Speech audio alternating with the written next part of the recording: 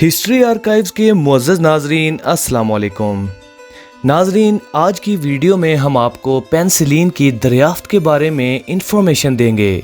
तो आइए वीडियो शुरू करते हैं।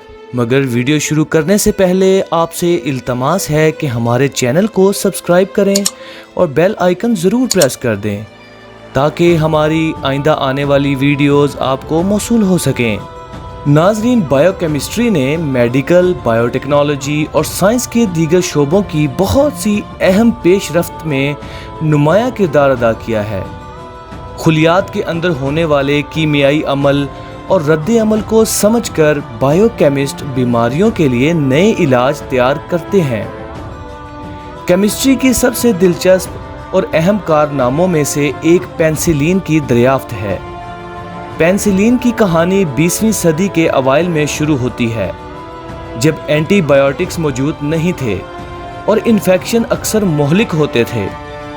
बहुत से लोग आम इन्फेक्शन से मर जाया करते थे, जिनका इलाज आज आसानी से किया जा सकता है। 1928 में अलेक्जेंडर फ्लेमिंग नामी स्कॉटिश साइंसदान लंदन के सेंट मैरी अस्पताल में काम कर रहा था। वो बैक्टीरिया और इंसानी जिस्म पर इनके असरात का मुतालिया कर रहा था।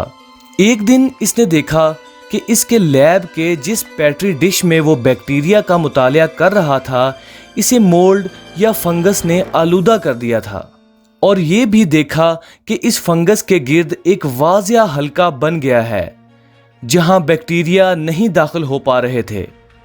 इस मुशाहिदे से फ्लेमिंग के तजस्सुस में इजाफा हुआ और इसने इस फंगस का मज़ीद करीब से मुतालिया करने का फ़ैसला किया, और इसने दरियाफ्त किया कि इस फंगस ने बहुत से बैक्टीरिया को मार डाला जिसका वो मुतालिया कर रहा था। इसने इस मादे का नाम पेनिसिलिन रखा। फ्लेमिंग ने मुतालिया के बाद पाया कि पेनिसिलिन की सलाहियत को एक ताकतवर एंटीबायोटिक के तौर पर इस्तेमाल किया जा सकता है, लेकिन वो इसे बड़ी मिकदार में पैदा करने का तरीका तैयार करने से कासिर था। इसने 1929 में अपने नताइज शाया किए। इस वक्त इस पर बहुत कम तवज्जो दी गई। 1939 में हार्वर्ड फ्लोरी और अर्नेस्ट चैन नामी दो साइंसदानों ने पेनिसिलिन को बतौर दवा तैयार करने पर काम शुरू किया। वो जानवरों और इंसानों पर इसकी जांच शुरू करने के लिए काफ़ी पेनिसिलिन पैदा करना चाहते थे, जिसमें उन्हें कामयाबी भी मिली। 1941 में अल्बर्ट अलेक्जेंडर नामी एक शदीद इन्फेक्शन के मरीज का इलाज पेनिसिलिन से किया गया। अलेक्जेंडर की हालत चंद दिनों में ड्रामाई तौर पर बेहतर हुई, लेकिन बदकिस्मती से मुहक्किकीन इसका इलाज जारी रखने के लिए ज़रूरत के मुताबिक पेनिसिलिन मुहैया करने में नाकाम रहे। अलेक्जेंडर चंद हफ्तों बाद मर गया, लेकिन इसके केस ने जान बचाने वाली दवा के तौर पर पेनिसिलिन की सलाहियत को दुनिया भर में साबित कर दिखाया। दूसरी जंग अज़ीम के आगाज़ के साथ ज़ख्मियों के इलाज के लिए मौसर एंटीबायोटिक की सख्त ज़रूरत महसूस की गई, और पेनिसिलिन की काफ़ी मिकदार में पैदावार करने की कोशिशों ने ज़ोर पकड़ा। साइंसदानों ने 24 घंटे काम किया ताकि फ़ौजियों और शहरियों के इलाज के लिए काफ़ी पेनिसिलिन तैयार की जा सके, और इनकी कोशिशें कामयाब रहीं। जंग के इख्तिताम तक पेनिसिलिन ने बेशुमार जानें बचाई थीं और इलाज व मुआलजा का तरीका ही बदल दिया।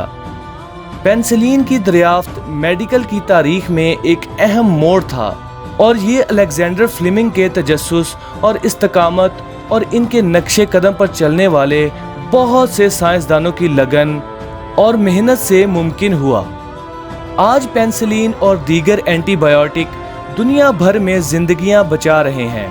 कितनी दिलचस्प बात है कि फ्लेमिंग के लैब के बर्तन में हादसतन फंगस का पैदा होना, जिससे इतनी ही अहम दरियाफ्त मुमकिन हो पाई।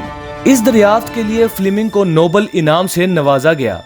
1945 में अपनी नोबल इनाम की तकरीब में फ्लेमिंग ने इस दिलचस्प वाक़े का जिक्र किया।